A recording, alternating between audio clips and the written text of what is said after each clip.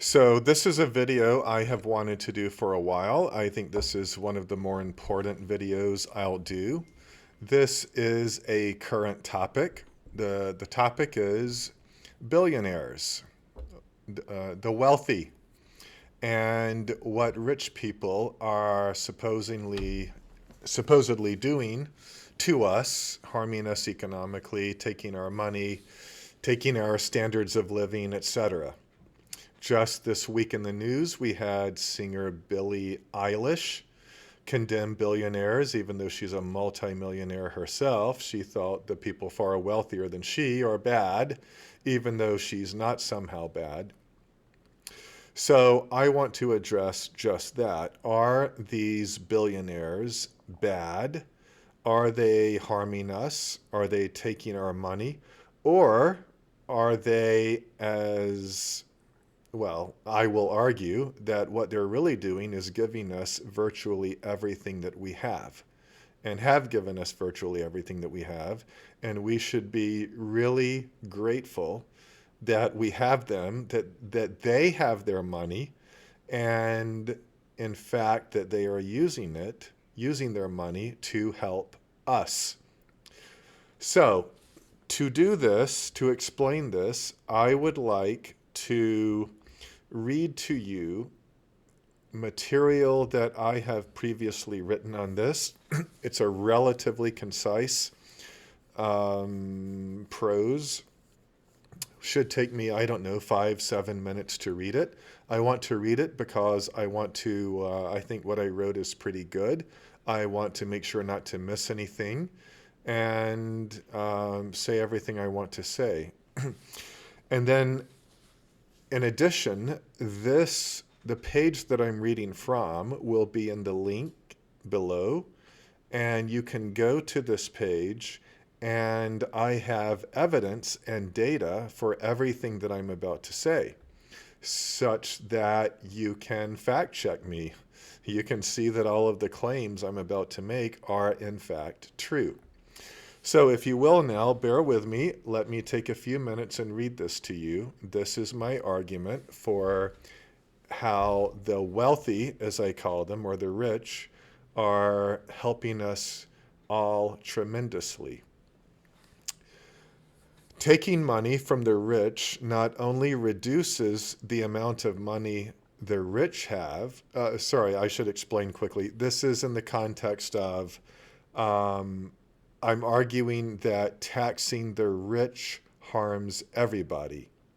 So I'm explaining here how taxing the wealthy, the rich, will harm us because letting the rich have their money actually helps us. So again, let me start reading. Taking money from the rich not only reduces the amount of money the rich have and the productive activities they can engage in, it harms the rest of society too. The only way a society can become wealthier is by producing more goods and services. It is the stuff that is wealth, not money per se. Money is used to buy and sell stuff, but it is the stuff that counts. The houses, the cars, medicines, food, sanitary equipment, etc. Most people want more stuff, which is the same as wanting more money. The money buys the stuff, but it's the stuff that counts. A society is able to produce more stuff by way of having more investment capital available. The physical form of capital is tools, technology, factories, materials, buildings, etc., that we use to build the consumer goods, i.e., the stuff that we need. The more capital we have, the more stuff we can produce and have. Money pays for and supports these physical productive assets. The money is monetary capital, just capital from here on. Capital is also what pays workers' wages. That's a very important point I just made. Not only does capital pay for tools, machines, technologies, etc., it's what pays our wages to work with these tools, tools, materials, machines, etc., to produce things. But I'll continue. A society is able to produce more stuff. Am I repeating myself? No. Yeah, I am. So, next paragraph. Contrary to what's taught and commonly believed, consumers, i.e., the customer, does not fund businesses. They do not pay for the products to be produced.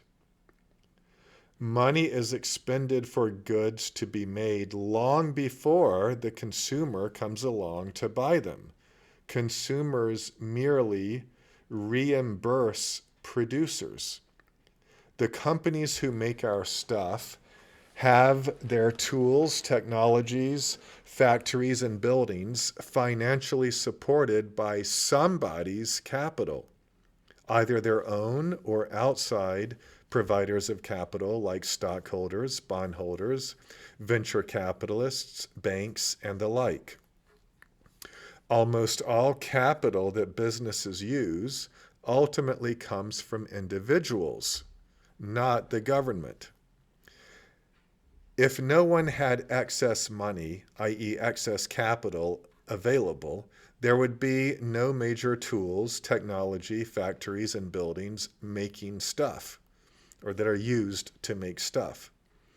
If we taxed and took away all the capital and gave the money to other people, there would be no capital to support production, and we would stop making more stuff and would soon have no stuff after our current stuff deteriorated and wore out, including food, and would become hunter-gatherers again.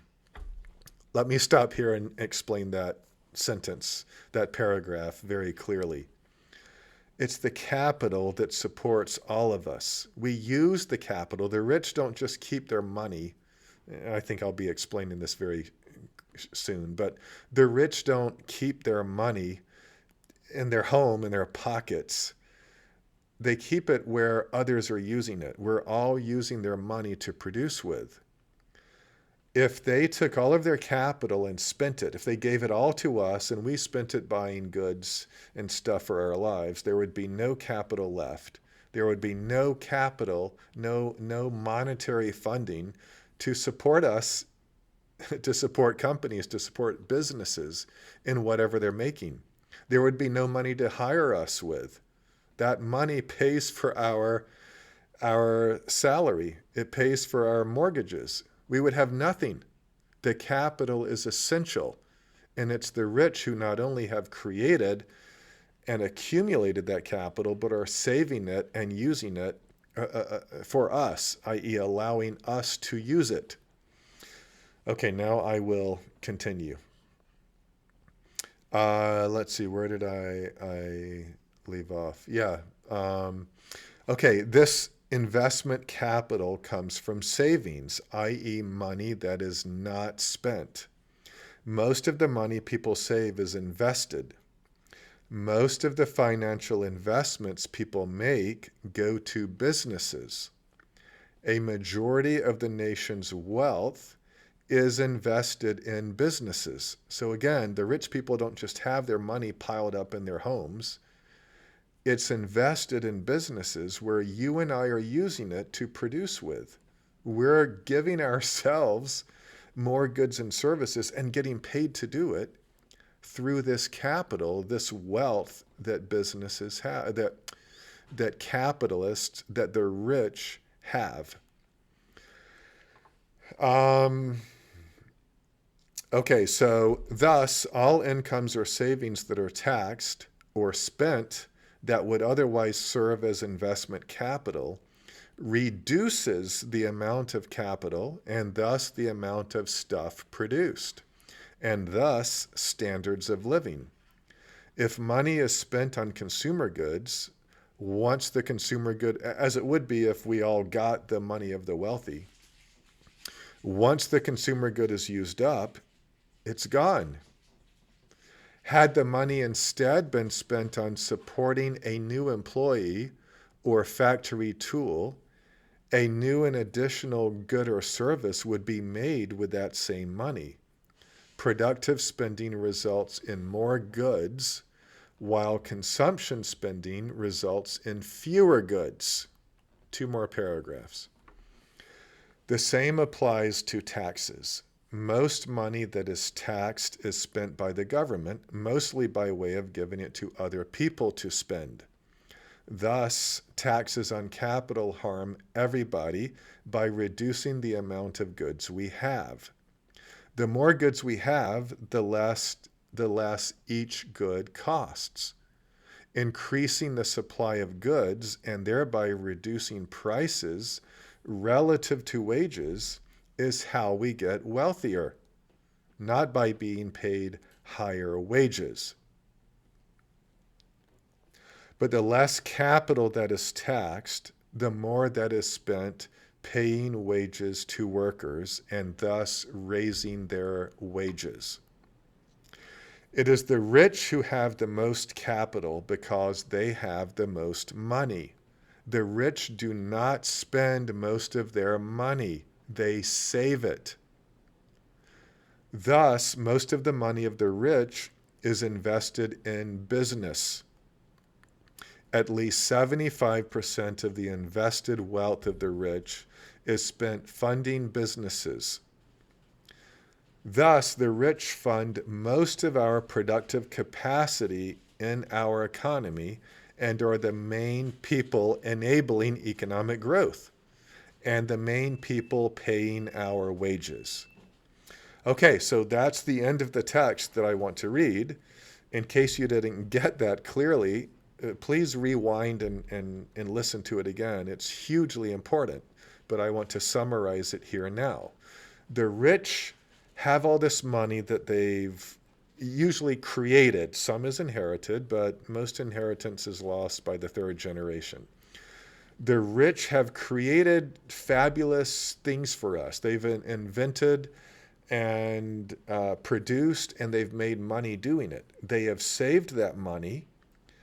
And yes, they spend a little buying cars and houses and yachts, but most of the money that they have is saved. If it were not saved, it would be consumed. If they spent all of their money on houses and cars and yachts, they wouldn't have any saved. They wouldn't have any net worth. People have net worth because they've not spent their money.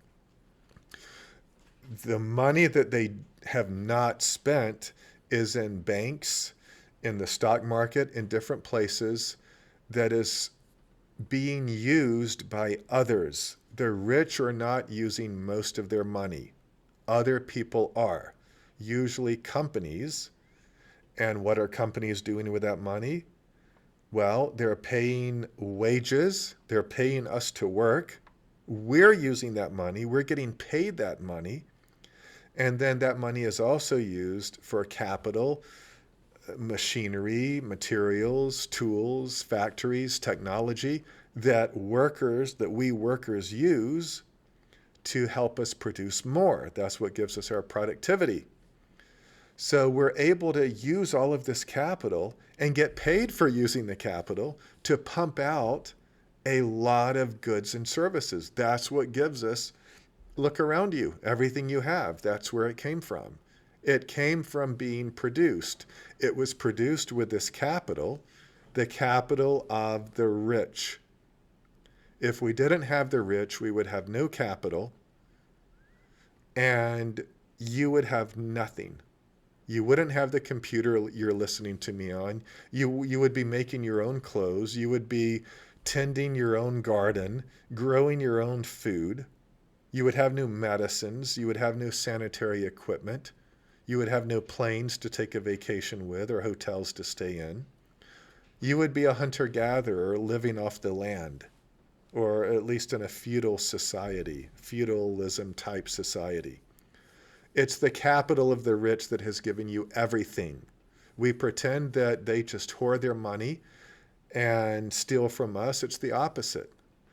They save their money, we use it, we benefit from it, and we create everything we have with it, and usually with their guiding, directing intelligence. So you should thank the rich for everything they've done for you and for allowing you to use their money and giving you a salary and giving you more goods and services every day.